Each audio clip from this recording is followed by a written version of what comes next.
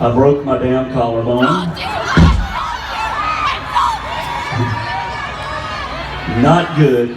Oh, I got me a souvenir Blunt Memorial Hospital bracelet. Can you see that?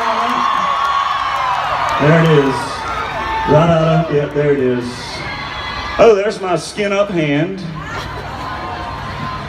Thomas Luther Bryan, there it is. Oh, I got my elbow too. I just realized I skinned my elbow. Yeah, he's looking good. But thank you guys so much for being here. We're gonna have a great time. You know what? When you break a bone, the best thing, you know what the best thing for a broken bone is? Whiskey, ain't that right? Or some East Tennessee moonshine. I might have to find me some of that tonight. But we are also, we're streaming on Facebook Live right now, so we want y'all to make a lot of noise to all our Facebook Live fans out there.